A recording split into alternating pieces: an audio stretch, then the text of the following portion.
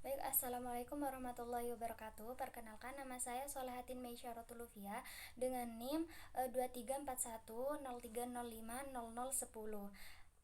Nah, pelatihan yaitu proses yang dirancang untuk meningkatkan keterampilan dan pengetahuan individu dalam konteks pekerjaan. Nah, menurut Gomez 2003, pelatihan adalah usaha untuk memperbaiki performansi pekerja dalam pekerjaan tertentu yang menjadi tanggung jawabnya. Nah, sedangkan menurut Goldstein dan Gressner tahun 1988 mendefinisikan bahwa pelatihan sebagai usaha sistematis untuk menguasai keterampilan peraturan dan konsep yang berdampak pada peningkatan kinerja.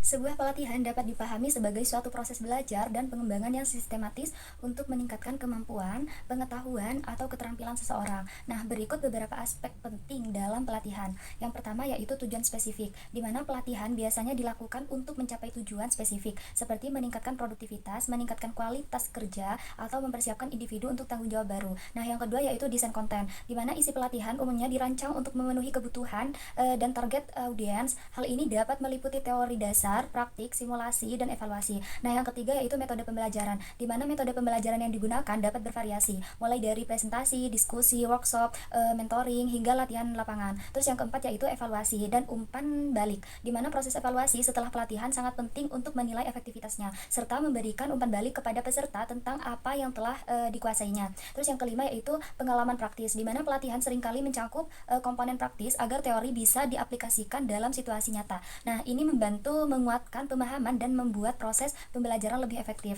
Terus yang keenam yaitu kepemimpinan dan motivasi. Nah, kepemimpinan dan motivasi ini dari instruktur atau fasilitator juga berperan besar dalam menjaga kehadiran dan partisipasi aktif para peserta selama sesi pelatihan. Nah, yang terakhir yaitu teknologi pendukung. Dalam era digital saat ini, teknologi seperti e-learning, platform, simulasi online, dan aplikasi mobile dapat digunakan untuk menyampaikan materi secara interaktif dan fleksibel. Nah, dengan demikian, pelatihan bukan hanya sekedar acara formal, tetapi merupakan investasi bagi perkembangan pribadi maupun profesional individu.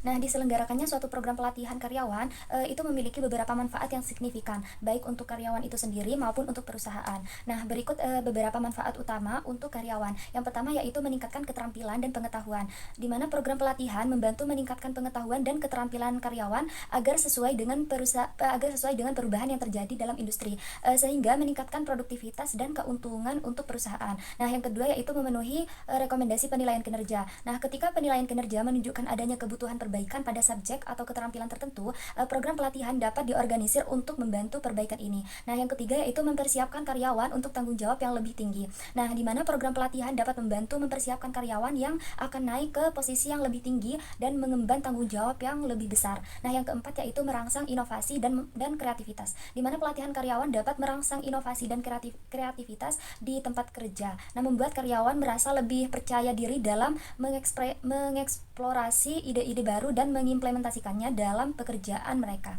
Nah, sedangkan manfaat untuk perusahaan itu sendiri yaitu yang pertama, meningkatkan produktivitas dan kinerja. Karyawan yang terlatih cenderung memiliki kinerja yang lebih baik dan produktivitas yang lebih tinggi. Nah, sehingga meningkatkan keuntungan dan efisiensi organisasi. Terus yang kedua yaitu menyediakan tenaga kerja fleksibel. Dengan keterampilan yang luas, karyawan lebih fleksibel dalam menyesuaikan diri dengan perubahan lingkungan organisasi, sehingga tidak perlu merekrut karyawan baru untuk memenuhi kebutuhan tertentu. Terus yang ketiga yaitu mengurangi turnover dan absensi, di mana komitmen karyawan yang meningkat setelah pelatihan dapat mengurangi turnover dan absensi sehingga meningkatkan produktivitas organisasi secara keseluruhan. Nah, yang keempat yaitu meningkatkan reputasi perusahaan. Karyawan yang puas dengan pekerjaannya akan menyebarkan informasi positif tentang perusahaan mereka. Nah, meningkatkan reputasi perusahaan secara keseluruhan. Terus yang kelima yaitu memaksimalkan keuntungan finansial, di mana pelatihan karyawan dapat menghemat biaya perekrutan baru. Nah, mengurangi redundansi tanggung jawab tim dan memaksimalkan keuntungan finansial perusahaan. Nah, dalam rangka meningkatkan produktivitas kinerja, motivasi, kepuasan kerja, dan kemampuan karyawan, program pelatihan dan pengembangan karyawan merupakan investasi jangka panjang yang sangat penting bagi keberhasilan sebuah perusahaan. Nah, berikut beberapa hambatan yang sering muncul saat suatu program pelatihan dilaksanakan. Yang pertama yaitu kemampuan personel atau karyawan, di mana ketersediaan dan kemampuan dan kemampuan para instruktur atau pelatih yang cukup untuk mengelola program pelatihan. Terus yang kedua yaitu perubahan teknologi. Nah, kesulitan dalam mengadaptasi teknologi yang terbaru untuk digunakan dalam pelatihan sehingga program pelatihan tetap relevan dan efektif. Terus yang ketiga yaitu materi. Jikalau kualitas atau relevansi materi pelatihan yang disampaikan dapat menjadi hambatan jika tidak sesuai dengan kebutuhan karyawan atau tidak disusun dengan efektif. Terus yang keempat yaitu instruktur. Kualitas dan profesionalisme para instruktur dapat mempengaruhi efektivitas pelatihan. Yang kelima yaitu metode pelatihan, di mana pemilihan metode pelatihan yang tidak sesuai dengan gaya belajar karyawan atau kebutuhan spesifik dapat membuat program kurang efektif. Terus yang keenam yaitu automatic habitual training, di mana program pelatihan yang dilaksanakan secara otomatis tanpa pertimbangan spesifik tentang perlunya pelatihan tersebut. Nah, terus yang ketujuh yaitu keterbatasan anggaran. Nah, di mana biaya yang terbatas seringkali itu menjadi hambatan besar dalam pelaksanaan program pelatihan karena membatasi pilihan metode dan fasilitas yang tersedia. Terus yang kedelapan yaitu keterlibatan karyawan. Nah, kurangnya partisipasi aktif dari karyawan selama pelatihan karena metode penyampaian yang kurang menarik atau kurangnya motivasi. Nah, terus yang kesembilan yaitu evaluasi dampak pelatihan.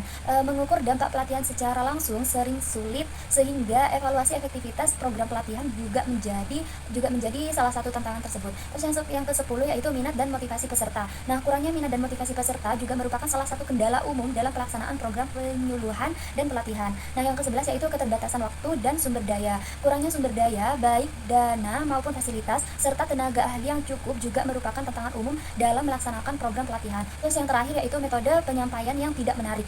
Nah, metode penyampaian materi yang kurang menarik juga dapat mengurangi minat dan motivasi peserta. Nah, dengan demikian pelaksanaan program pelatihan harus dilaksanakan dengan cara yang sistematis dan terintegrasi agar dapat mengatasi semua hambatan tersebut. Nah, indikator yang menunjukkan efektivitas dan efisiensi pelatihan meliputi yang pertama durasi pelatihan, yaitu waktu yang dibutuhkan untuk mencapai kecakapan yang diinginkan. Terus yang kedua retensi pengetahuan, di mana kemampuan peserta untuk mempertahankan dan menerapkan pengetahuan setelah pelatihan. Terus yang ketiga yaitu dampak pada kinerja. Nah, perubahan dalam produktivitas dan kualitas kerja karyawan setelah pelatihan. Terus yang keempat kepuasan peserta, yaitu tingkat kepuasan peserta terhadap materi dan metode pelatihan. Yang kelima keterlibatan karyawan, yaitu tingkat partisipasi dan motivasi peserta selama program pelatihan. Nah, untuk menciptakan program pelatihan yang efektif, ada beberapa syarat penting yang harus dipenuhi, yaitu identifikasi kebutuhan pelatihan, lakukan analisis untuk menentukan keterampilan yang perlu dikembangkan. Terus selanjutnya, tentukan tujuan pelatihan. Nah, tetapkan tujuan yang spesifik dan terukur sesuai kebutuhan organisasi. Terus rencanakan konten pelatihan. Nah, kembangkan materi yang relevan dengan tujuan pelatihan. Terus pilih metode pelatihan yang tepat. Nah, gunakan metode beragam seperti pelatihan tatap muka, online, atau simulasi. Nah, selanjutnya evaluasi efektivitas pelatihan. Lakukan evaluasi untuk mengukur pencapaian tujuan dan perbaikan program sesuai umpan balik. Baik, selanjutnya yaitu model EDI. Nah, model EDI di sini yaitu kerangka kerja untuk desain instruksional yang mencakup 5 tahapan. Nah, yang pertama analisis, yaitu mengidentifikasi kebutuhan pelatihan dan masalah yang ada. Yang kedua desain, yaitu merancang program pelatihan berdasarkan analisis.